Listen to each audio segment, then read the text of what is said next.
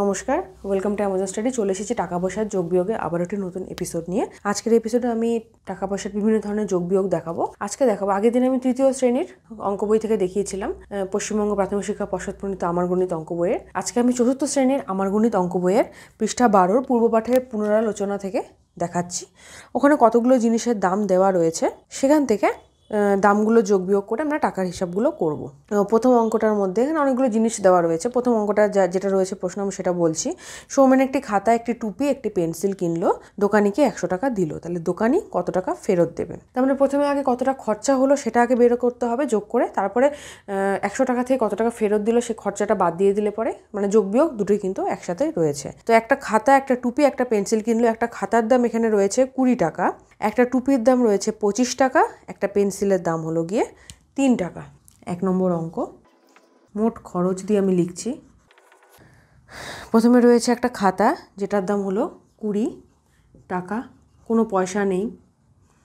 তারপরে রয়েছে একটা টুপি যেটার দাম হলো 25 টাকা। তারপরে রয়েছে একটা পেন্সিল যেটার দাম হলো 3 টাকা। সবগুলোকে যোগ করে দেব। একক অনুযায়ী সাজাতে হবে। এককের নিচে একক লিখবো আর দশকের নিচে দশক লিখবো, তাহলে যোগটা করতে সুবিধা হবে আর ভুল কম হবে। 5 আর 3 হলো 8, 2 আর 2 4, 48 টাকা। এটা হলো খরচ। আর দোকানিকে দিলে 100 টাকা, তাহলে দোকানি ফেরত দেবে 100 বিয়োগ 48 টাকা। যেহেতু পয়সা নেই তাই পাশাপাশি করলাম। এখানে শূন্য রয়েছে মানে 10, 8-এর থেকে 10 গেলে থাকলো 2। এখানে আবার 10 ধরতে হবে, তাহলে আর আগেরটা রয়েছে তার থেকে এখানে তাহলে সেটাই একটা এখানে যোগ করতে হবে। 4 একে 5 আর 10-এর থেকে গেলে থাকলো 5, 52 টাকা। উত্তর দোকানি। যেহেতু প্রশ্নের অঙ্ক তাই আমি উত্তরটা লিখলাম, দোকানি 52 টাকা। 2 নম্বর। রেশমি এক জোড়া জুতো, একটি ছাতা আর 1 প্যাকেট বিস্কুট কিনলো। মোট কত টাকার জিনিস কিনলো? তাহলে এখানে শুধু যোগ করলেই হবে।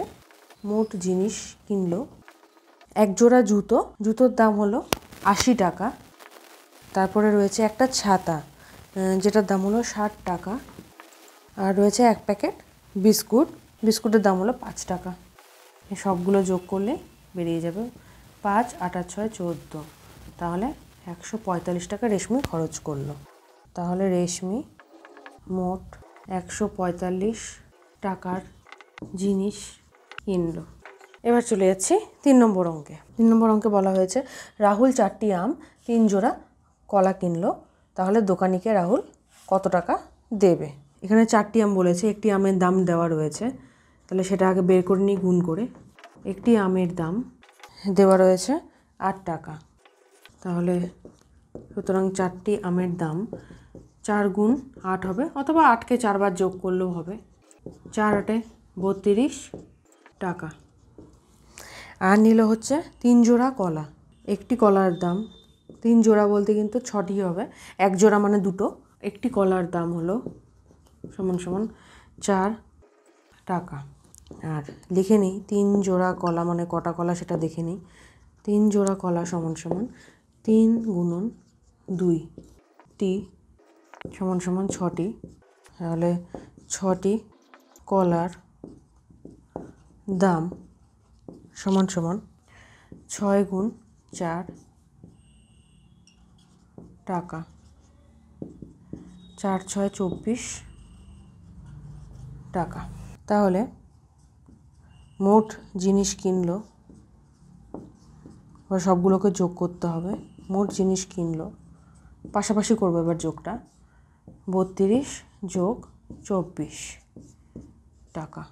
নিচে নিচে যোগ যেমন আমরা করি, ডান দিক থেকে পাশাপাশি যোগও তাই করতে হবে। তাহলে বাঁদিকের এই সংখ্যা, বাঁদিকের এর মানে দুটো সংখ্যার মধ্যে দুটোরই যে ডান দিকের সংখ্যা রয়েছে সেই দুটোকে আগে যোগ করবো, তারপর বাঁদিকের সংখ্যা দুটোকে যোগ করবো।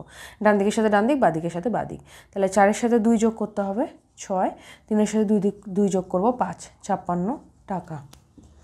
উত্তর রাহুল মোট 56 টাকার জিনিস কিনলো। এই অঙ্কগুলো করলে কিন্তু তোমরা বাজার করাটাও খুব ভালো করে শিখে যেতে পারবে। এবার চলে আসি 4 নম্বর অঙ্কে, যেটাতে রয়েছে প্রিয়া 5টি পেয়ারা ও 4টি কলা কিনলো। একটা পেয়ারার দাম এখানে দেওয়া রয়েছে 5 টাকা, তাহলে 5টি পেয়ারার দাম 5 গুণন 5 টাকা। সমান সমান 25 টাকা। এবার বলেছে 4টি কলা কিনলো।